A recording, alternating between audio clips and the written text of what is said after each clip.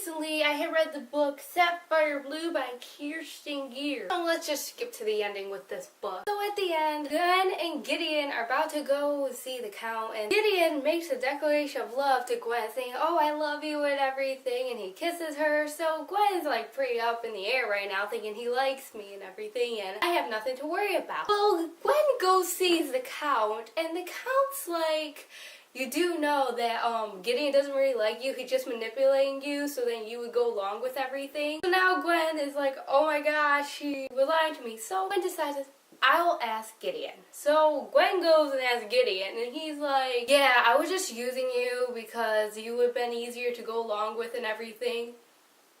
What do you mean? You just made her a declaration of love and then you go say you're just using her? It took me a long time to trust Gideon, because at first I was like, no, he's not a great guy. He's actually just using him. But as the book progressed, I was like, maybe he does like Gwen. Maybe this is going to be like a, oh, we found love kind of thing. So we then have this prologue with Paul in it. And so apparently Paul and Lucy are working for this thing called the Alliance. And so Paul brings these family trees to this one guy. So basically they're working against the Count. Anyways, Gideon just shows up and seeing why they are fighting, because apparently the other guy go with the bet he made. Gideon kind of helps out. Well, then Paul and Gideon are talking, and Paul's like, "Do you like Gwyneth?" And he's like, "Yeah, I would protect Gwyneth or anything." I'm sitting here thinking, really? Because you just said that you did not like her, that you were only using her, that this was all part of plan. Now I'm starting to wonder, did Gideon start out just pretending to like her and then actually did like her, or is he still pretending? I'm really hoping in the next book Paul and Lucy will tell Gwyneth that they are her real parents. It's gonna be like one of those Darth Vader, Luke Skywalker kind of moments or something. So Gideon and Gwen and this kind of party thing, and everyone's there. Well, Gideon just basically ditches Gwen just to go and talk to this one person, this one widow. And so Gwen's just kind of sitting there, and then Gideon gets mad at Gwen when she gets drunk because she didn't know there was alcohol in that, when he was supposed to be the one that was going to help her get through this. And then so they're talking to these one people, and Gwen sees this ghost, and she's too drunk right now to realize that it's a ghost. So she just starts talking about it to him. She just starts talking to him, and everyone's looking at her like, who is she talking to? This person's crazy and stuff. And then Gwen's like, ah, it's a ghost.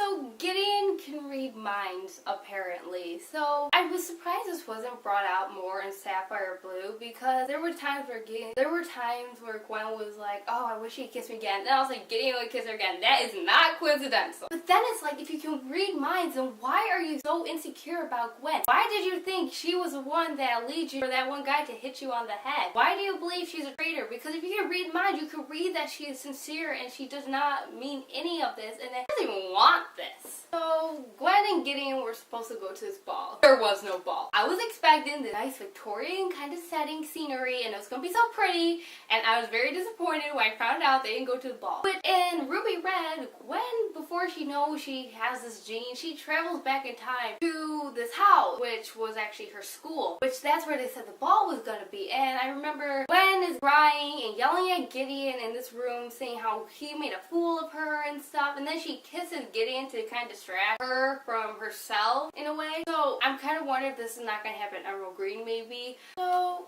Great Aunt Maddie has this vision where the lion and then Ruby Heart, and the lion pushes this Ruby to its death. So, and the prophecies state that Gwen is supposed to die for the circle to be complete, which is kind of strange because it's like, why does it have to be her that has to die to complete the circle? But anyway, so that's why I think Paul was talking about, saying, hey, for the prophecy to be filled, Gwen has to die. So then you're kind of thinking, what does Gideon think of this? Does he's okay? He's like, okay, yeah, sure, we'll close the circle, we'll kill her. Or is he thinking, oh my gosh, we gotta find some way to stop it? And so I'm kind of wondering, will Gwen and Gideon form an alliance, Paul and Lucy? When Gwen travels back to the mid-1900s, she meets her grandfather. I just love these scenes because you were able to see this relationship that Gwen had with her grandfather before he passed away, and I felt like it kind of brought them closer. Though that one scene where her and her grandfather are sitting in that restaurant when they're all just talking, then the grandfather's boss just like walks in, and it was like, oh yeah, we're gonna sit with you now. Just totally ruined what they were gonna say. And that's like, really? Really? Couldn't? Then I wonder,